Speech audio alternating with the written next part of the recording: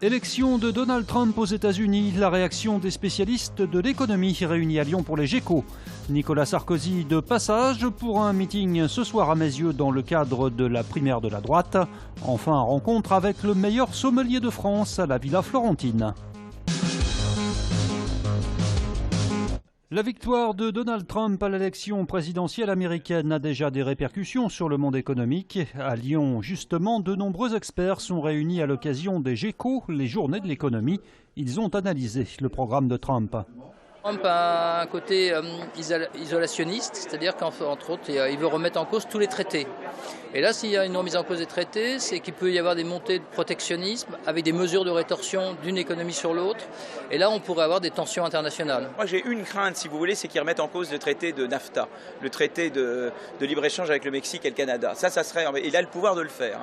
Le reste, il doit passer par le Congrès. Donc, il ne peut prendre aucune décision sans que le Congrès, et au Congrès, même si c'est un Congrès en majorité républicaine, ils sont des gens raisonnables. Enfin, en tout cas, ce pas des gens qui pensent comme lui et qui sont beaucoup plus pour le libre-échange. Donald Trump, en plus de ça, veut un plan de relance dans les infrastructures. Il veut construire un mur avec le Mexique. Donc ces éléments, en plus d'un libéralisme économique, il y aura des éléments de relance conjoncturelle du fait de plans d'infrastructures et de remise en cause des traités pour limiter la pollution. Donc les gaz de schiste et les industries polluantes aux États-Unis pourront s'en donner à cœur joie. Donc il y aura probablement un petit rebond conjoncturel, parfois pour des mauvaises raisons, de l'activité économique du fait de cette remise en cause du processus de transition énergétique aux États-Unis. Dans le cadre de la primaire de la droite et du centre, Nicolas Sarkozy était de passage dans l'agglomération aujourd'hui pour un meeting ce soir à Mézieux. Cet après-midi, il s'est rendu à Caluire pour un hommage à Jean Moulin. L'occasion bien sûr de revenir sur la victoire de Donald Trump aux États-Unis. J'avais à dire ce matin, il faut accepter le vote du peuple américain et de toute manière, nous aurons à travailler avec le président américain qui a été choisi démocratiquement par les Américains. Il n'y a pas d'autre commentaire à faire. Il a fait mentir les sondages, c'est ce que vous espérez aussi. Je comprends pas la question. Allez, on y va. Merci. Aux côtés de Nicolas Sarkozy, Laurent Wauquiez, le président de la région, a lui aussi commenté le résultat des élections américaines. Et ce que ça révèle, c'est cette colère des classes moyennes. Les gens qui ont l'impression qu'il y a un système médiatique qui veut leur dicter ce qu'ils ont le droit de penser, ce qu'ils doivent voter, ce qu'ils doivent faire. Et qui là se sont rentrés en colère. Comme ils l'avaient fait au Royaume-Uni sur le Brexit. Quand on croit qu'on peut bannir le peuple, en démocratie le peuple se venge. Et je pense qu'il est urgent d'écouter aussi ces cris de détresse, d'inquiétude des classes moyennes qui ne comprennent plus la mondialisation, qui ne comprennent pas la façon dont ça fonctionne et qui l'ont exprimé aux États-Unis comme au Royaume-Uni. Pour moi, il y a un message et il y a des leçons à tirer de cette élection.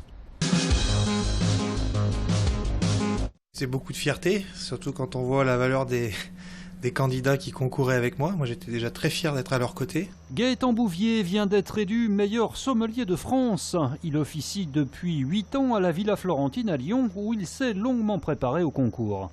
Non seulement on lui dégage du temps, mais surtout on participe avec lui. L'ensemble de son équipe a participé à son training, à les différentes épreuves, les blancs qu'il a pu faire avec aussi un certain nombre de personnes extérieures, de grands sommeliers, meilleurs ouvriers de France, etc., qui se sont succédés ici pour le préparer.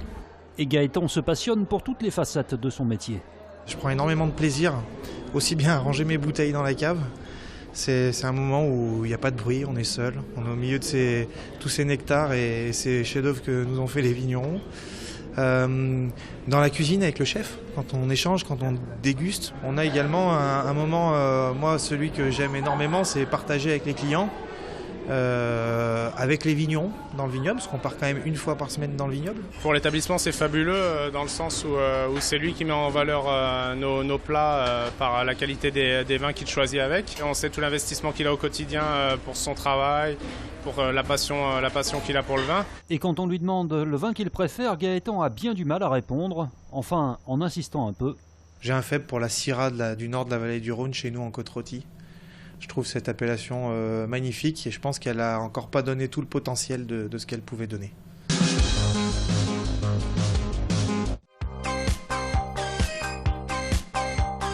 Joy, un long baiser à la groseille, c'est comme ça que tu me réveilles, que tu fais briller le soleil.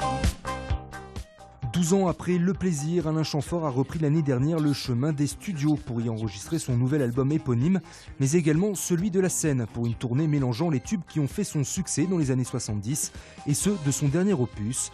L'interprète de l'entêtante Manureva sera sur les planches du Radiant de Caluire le 16 mars pour y jouer ses mélodies rétro-pop comme celle du titre Joy.